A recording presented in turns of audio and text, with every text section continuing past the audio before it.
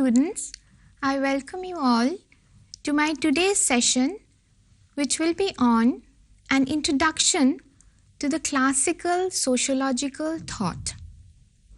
And in this lecture, I will be talking about the contribution of Max Weber.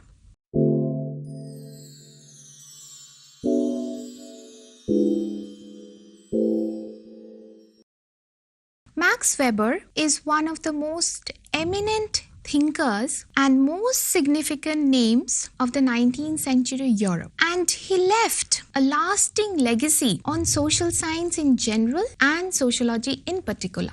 Like most of his contemporaries, his works span across a range of fields such as economic history, historical sociology, comparative sociology, sociology of law, sociology of religion, and comparative religion.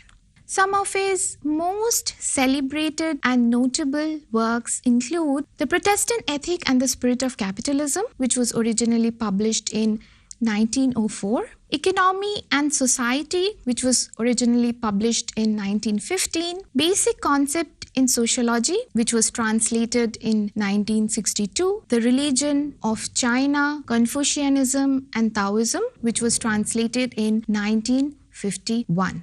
I will now talk about his biography. So, Max Weber, he was born in Germany, in Erfurt, and he was born in a well-off, educated and influential family, and his father was a bureaucrat. And he was a very important figure in the contemporary German politics of the time. His mother, on the other hand, was from a very distinguished and educated family as well, but she was also a devout Protestant, and she had a religious orientation in her personal life, and but she led an ascetic life. Weber studied economic history and law and philosophy at the universities of Heidelberg, Berlin and Göttingen. He started his career as a law professor at the University of Berlin and later became a professor of economics at the University of Heidelberg. The mature part of Weber's life is marked by his proneness to and periodic attacks of mental illness. And this is something which is very significant to note about the life of Weber. He suffered from mental illness, anxiety and depression, which in fact compelled him to withdraw from his professional role in 1899 and only to return back in 1902. But briefly, after a period of 1 year, again, he had to withdraw himself, and he could only return back to academics in 1919. Another important thing to mention about Weber, about his life, is that apart from his academic writings, Weber was also very much involved with the contemporary politics and political developments, though he never actively took part in politics. What he did is to abundantly write on political issues of the time.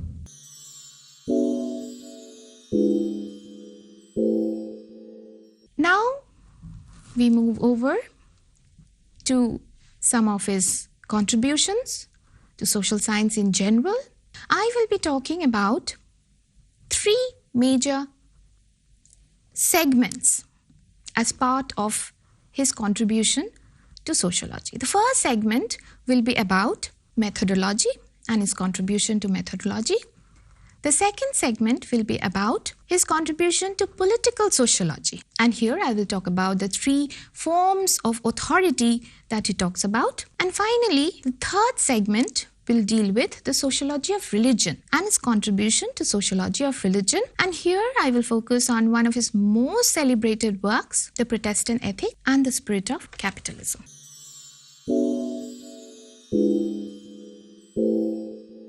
So let's begin with the first part, which is about methodology. First is Verstehen, or something which can be translated as interpretive understanding. And the second thing that I will be talking about his notion of ideal type. So let's begin with what is Verstehen. The German word Verstehen is often translated as interpretive understanding. What does this term indicate? The need for interpretation in understanding the meaning of social actions. Giddens and Turner define Verstehen as, and I quote, empathic understanding of the outlook and feelings of others. In other words, Weber emphasized that a sociologist should understand social action by penetrating to the subjective meanings that human beings attach to their own behavior and action. In other words, this approach means is that the sociologist has to place oneself into the shoes of others to understand the meaning of their action and behavior. This stress on understanding the meaning of action from the standpoint of those who are being studied is something that gave rise to an entire paradigm of thought, which is called interpretive paradigm. So the interpretive paradigm in sociology is a paradigm which emerged in opposition to another paradigm which was dominant during that time, which was propagated by thinkers like Comte, Spencer, Durkheim, etc. As opposed to positivism, interpretive paradigm emphasized studying social phenomena from the subjective viewpoint of the people, and they did not think of social phenomena as something which can be studied as external object. So that is the basic idea of Verstehen. Now, ideal type is defined as a concept constructed by a social scientist on the basis of his or her interest and theoretical orientation to capture the essential features of some phenomena. And this I quote from Ritzer and Stefnisky. So what is an ideal type? To put it in another way, ideal type is a tool which is constructed by a social scientist. It is basically a theoretical tool which is useful, however, for doing empirical research. What is the purpose of construction of this ideal type? According to Weber, it is constructed for the purpose of comparison. Basically, to understand the essential features of a social phenomena, and then on the basis of that, to understand the deviations from that ideal construction. So to give you an example, Weber says that we can have an ideal type construction of bureaucracy. So ideal type bureaucracy, according to Weber, has some features. But in empirical reality, bureaucracy may deviate from these ideal characteristics. So some of the ideal type characteristics of bureaucracy would include, according to Weber, hierarchy of authority. So bureaucracy is an institution where there is a clear-cut hierarchy of authority. Second, it represents a very neat specialization of tasks. That is, there is a division of labor. Third, there is impersonality, which means that it is governed by impersonal rules. Impersonal rules and regulations guide the operation of bureaucratic institutions. It is guided by a set of written rules. And finally, promotion is purely based on a criteria of achievement.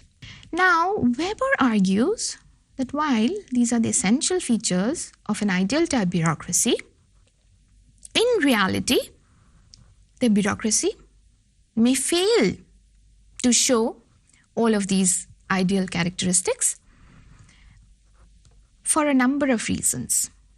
And therefore, in reality, they may not actually mirror all the characteristics that I have mentioned right now.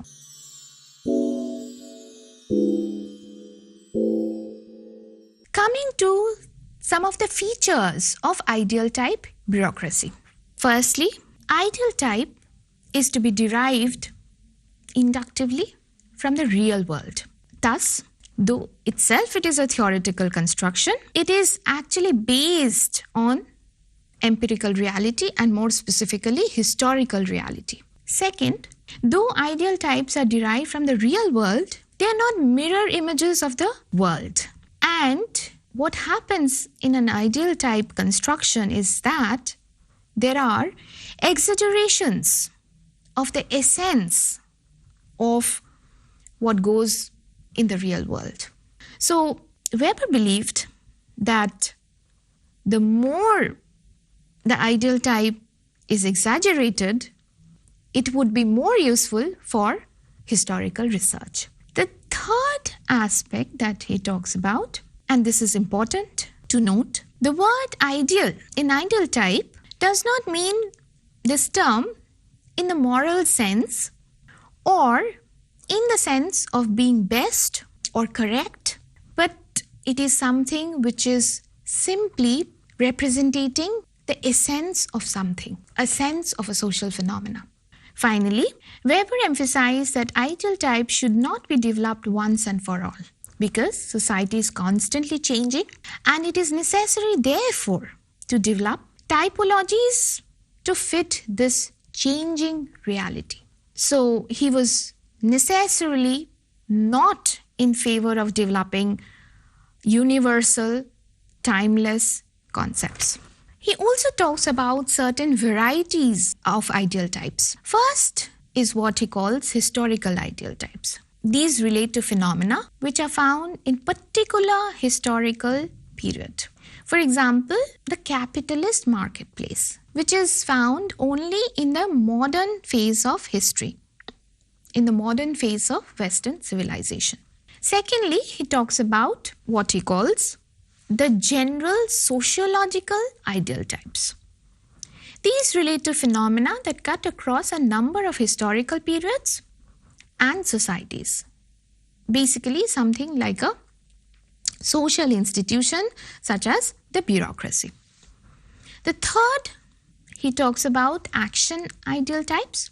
This is some variety that is based on types of action and the motivation of the actors. For example, he talks about something called affectual action. Affectual means something which is based on emotion. Actions which are based on emotions. And fourthly, he talks about structural ideal types.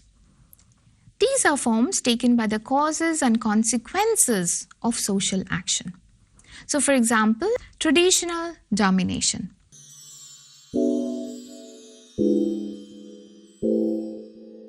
Which is Weber's contribution to political sociology. And here, I will talk about the three forms of authority structures that he distinguishes. What are these? Rational legal authority, traditional authority, and finally, charismatic authority. We should first define and understand what is authority and how does Weber define authority. So before we define authority, we need to define how Weber understands domination. And what is the definition of domination that he gives? Domination is defined as the probability that certain specific commands or all commands will be obeyed by a given group of persons. Domination can have a variety of bases, legitimate as well as illegitimate. According to Weber, authority is a legitimate form of domination. Coming to rational legal authority, that is the first kind that he talks about. Rational legal authority is the most important form of authority in modern societies. Here, authority is based on rational grounds. There are certain features of rational authority. It rests on the belief on the legality of certain impersonal rules and regulations, and these rules are applicable to everyone. Those who have authority under such rules can issue commands, but they are themselves not outside the purview of the framework of rules and regulations. Coming to traditional authority, it is based on traditional grounds. It is based on an established belief in the sanctity of age-old traditions and the legitimacy of those exercising authority within that setup. The leader in such a system is not a supervisor but a personal master. And the relationship between the administrative staff to the master is determined by personal loyalty. Examples of this form of authority is that of feudal lords or tribal chiefs. There are certain characteristics of traditional authority. Firstly, here, the administrative staff lacks offices, and they also do not require specific competences, and they're not subject to impersonal rules. Also, it lacks clear-cut hierarchy, and there is no rational ordering of superior-inferior. Also, there is no regular system of appointment or promotion. Also, there is no technical training needed for employment, and appointments do not have fixed salaries paid in monetary terms. Weber talks about three major forms of traditional authority: gerontocracy, primary patriarchalism or patrimonialism, and feudalism. Gerontocracy involves rule by elders, such as in tribal societies. Primary patriarchalism involves leaders who inherit their positions based on patriarchal system. They have a supreme chief but lack an administrative staff. A more modern form of primary patriarchalism is patrimonialism, which is traditional domination with an administration and a military force. And a still modern form is that of feudalism, which represents the development of routinized and contractual relationships between leaders and subordinates. We come to charismatic authority. Charismatic authority is based on the charisma of particular persons who emerge as leaders. It rests on the devotion of the followers to the exceptional qualities of a leader, exemplary character, heroism, and some special powers such as the ability to do miracles. Examples of such authority include that exercised by religious prophets or revolutionary leaders. Some of the features of charismatic authority involves charismatic authority can never be a stable system of political rule. Weber believed that this form of authority is not suited to managing routine affairs. Rather, it is suited to periods of unusual demands, unrest, and upheavals. However, charismatic authority may be a source of revolutionary force and struggle. The third important characteristics that he talks about, it is the only pure form of legitimate authority because it rests solely on the voluntary faith of the followers in the leader. Certain other characteristics of charismatic authority are, since it solely rests on the charismatic power of the individuals, his or her ability to convince a set of followers is very important. The leader may actually need to continually prove his or her extraordinary powers, and these are under perpetual review.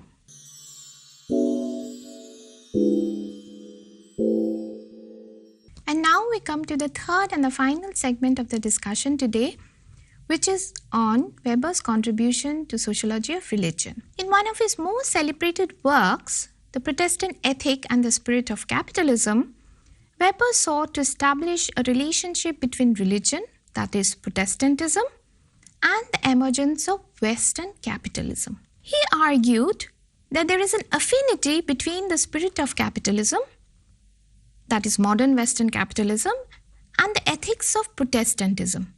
More specifically, a particular sect of Protestantism, that is Calvinism, that emerged in the 16th century Europe. What is the spirit of capitalism? Weber defines it in a specific way. He defines the spirit of capitalism as a new ethos which emerged and emphasized on the importance of earning money, but avoidance of all forms of material enjoyment with it. Calvinism promoted what he identifies as inner-worldly asceticism, which was different from otherworldly orientation of the previous Catholic religious sect. Unlike monastic asceticism, such conception does not require the ascetic to distance himself from worldly activities.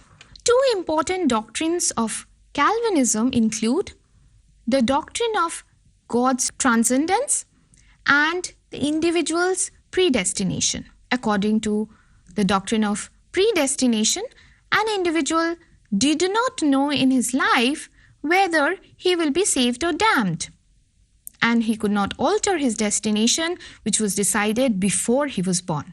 Now, Weber argues the psychological uncertainty that the doctrine of predestination gave rise to led them to commit themselves to self-discipline. Hard work was seen as a sign of election, instead of any fatalistic resignation or a cultivated indifference toward his own fate.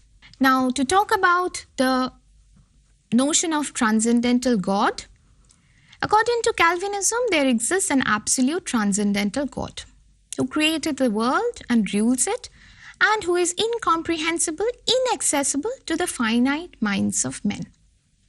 There is no way a finite human being can establish a connection with God.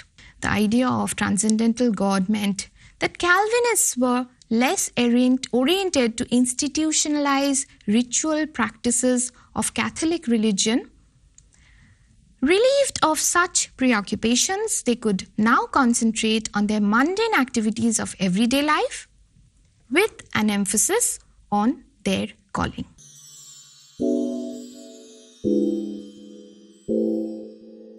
And now I come to the conclusion of today's lecture.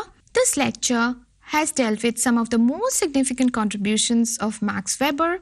3 themes have been selected here for discussion: his methodology of social sciences, his contribution to the field of political sociology, focusing on the typology of authority structures, and finally his contribution to sociology of religion.